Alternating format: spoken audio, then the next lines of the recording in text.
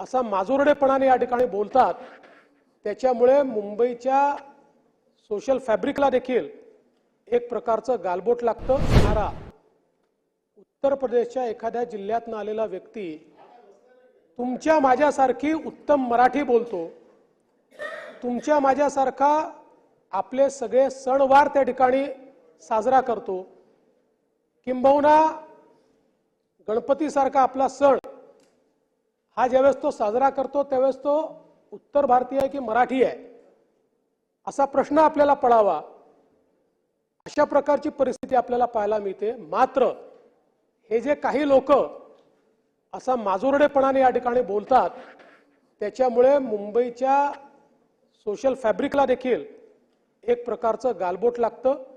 आणि म्हणून मराठी माणसाचा आवाज म्हणून या विधान परिषदेच्या माध्यमातून, विधानमंडळाच्या माध्यमातून मी ठणकावून सांगतो की कुठल्याही परिस्थितीमध्ये मराठी माणसावर अन्याय आम्ही होऊ देणार नाही।